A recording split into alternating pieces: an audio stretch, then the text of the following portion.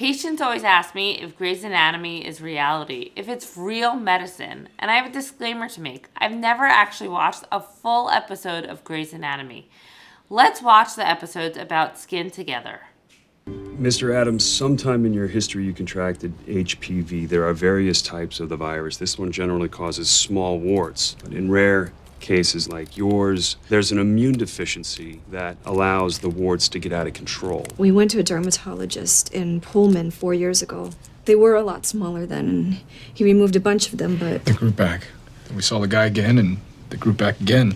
They're always gonna grow back. That's why we should just go home. This is an extremely rare skin disorder known as Treeman syndrome. It's so unusual, there are only 200 reported cases in the world ever. I'll probably never see this in my lifetime. I refer to this as epidermal dysplasia verruciformis, but let's just stick with Treeman syndrome because that's a very complicated name. It is linked to the HPV virus, the human papillomavirus. Don't get scared here and don't confuse it because warts on your hands and feet are also caused by the HPV virus, but that's a different strain.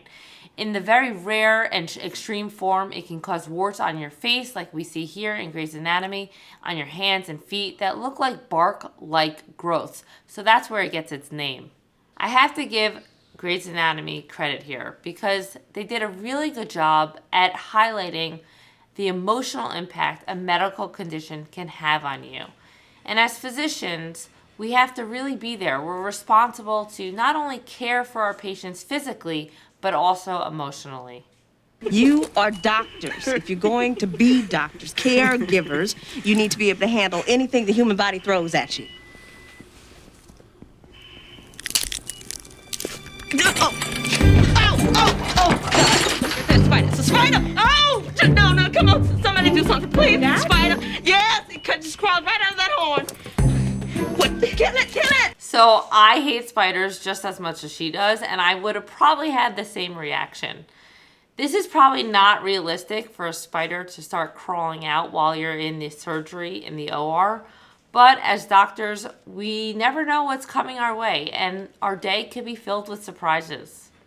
Dr. Wilson, right? You saw us the other night. I'm Casey Hedges. That's my son, Parker. Right. Is he still sick? Well, his fever was down when I left for my shift. I'm a waitress. Then my neighbor called. She said it spiked again. And then when I got home, he had this rash. You've been giving him the meds, lots of fluids. Yeah, but his fever's still above 103, and it's been like that for over a week now. And I mean, I know that you told me it's a virus. Probably adenovirus. The fever can last at least 5 days with it. It's not that unusual. I've been tracking the spikes in his fever, and I looked up his symptoms online and wrote down a bunch of stuff. Roseola, shingles, lupus. I can't explain it, but I know my kid. This is not a virus. I just feel it. Nurse's station. Come on. Okay, I'll go get your chart. Kids get sick all the time, so it's completely normal for parents to be concerned, just as we see here. When I see a rash like this, I automatically think it's probably related to a virus, and kids and babies get sick all the time and can get viruses. Usually the rash is harmless and will go away spontaneously on its own. But oftentimes a rash can tell you more about what's going on inside the body. So when mom comes in with this extensive list of different viruses that her son may have, it's not completely off base.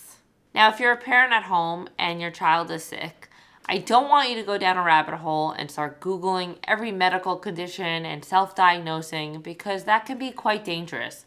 However, I do encourage you to keep a log. Just like mom did, she wrote down every time her son had a fever, and I think that's a really helpful thing, especially when you go see the doctor. Now, I do think the doctor here is jumping to a conclusion a little too fast, and she's kind of just assuming that it's this particular virus. She's not really listening to what mom has to say. All healthcare providers really need to take the time and patience to listen to what the patients have to say so that they can really think about all the possibilities of what it could be. That way they don't miss something that could be potentially very serious and life-threatening. Are we discharging Parker? Yes, I have it all ready to go, but I just need you to go through it with me all one more time. Okay. Latest white count, 18. Platelet count. 500,000. High fever. Unresponsive to meds. It's gotta just be a weird presentation of strep, right? Actually, hang on, the labs were just updated. Yesterday's rapid test was a false positive. The strep culture's negative. Who you calling? No one. I'm checking my calendar. What day does fever start? Wednesday, I think. Damn, we're already at day 10. What's day 10? Did Parker have red eyes? He was asleep the last time I checked him. So this back and forth conversation between two doctors is very realistic, and I've actually been in this exact position before. As a patient is admitted in the hospital, their lab results can change, there could be new updates, and their diagnosis can change over the course of their stay. Just like we see in this exact example, they're going back and forth. They thought maybe it was strep, it was a different virus, and then they realize, wow, the lab tests are not lining up. I think we missed something, and it actually is a different virus than we originally thought. So now let's see what's causing this rash. Is everything okay? We need to check Parker's eyes. What's going on? You're scaring me. Page peds, page cardio, start IVIG right away. We're already on day 10. What is happening? Casey, if we're right, this could be Kawasaki disease. We need to get this IV started on Parker right away. We're still within the window to prevent permanent heart damage, but we have to do it right now.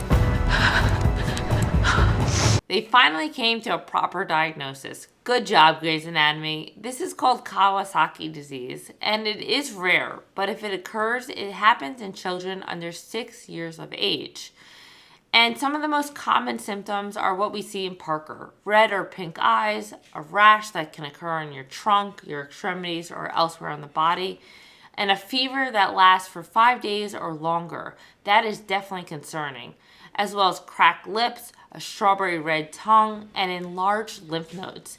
Here we see that the doctors are getting very concerned, as well as the mother, because if you don't treat it right away, then it can lead to heart damage and cause a coronary artery aneurysm. So that's why they're getting cardiology consulted and involved in this case. And get ready for this one, because I can assure you, you've never seen anything like this before.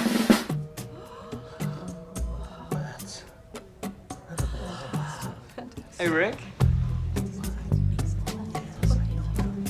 We're making fish people. I told you so. I knew you never saw fish skin being used in the hospital. I do want to point out here, though, that you see these medical students crowded in the room. I was in that exact place. This is how healthcare providers learn. We have to go around with the doctor, learn about all the different medical conditions so that one day we can independently take care of patients. Brazil's been using tilapia skin to treat burns for years now. Decreases scarring, costs nothing compared to standard treatments, and it just peels away. Incredible. So here we see a patient being treated for a burn, and there are 4 degrees of burns. The first degree is the most mild, and it can happen from a really bad sunburn. It's when your skin can get red, but you don't develop any blisters.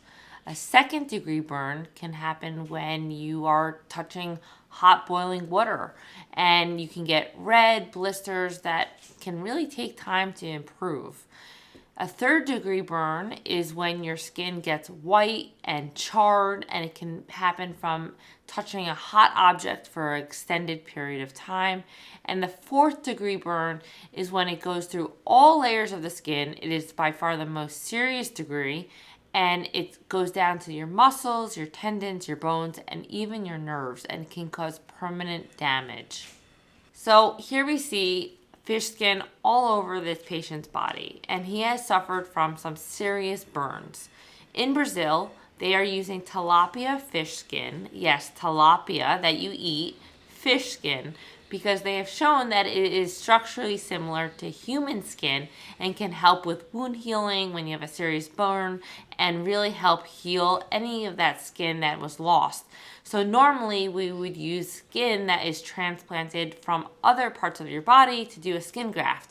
But like I said, here we see them using tilapia fish skin as a synthetic skin graft. So that's a wrap. I got to watch my very first episode of Grey's Anatomy with you. And honestly, I like the company. So I hope you join me again in the future. And stay tuned for more skincare tips.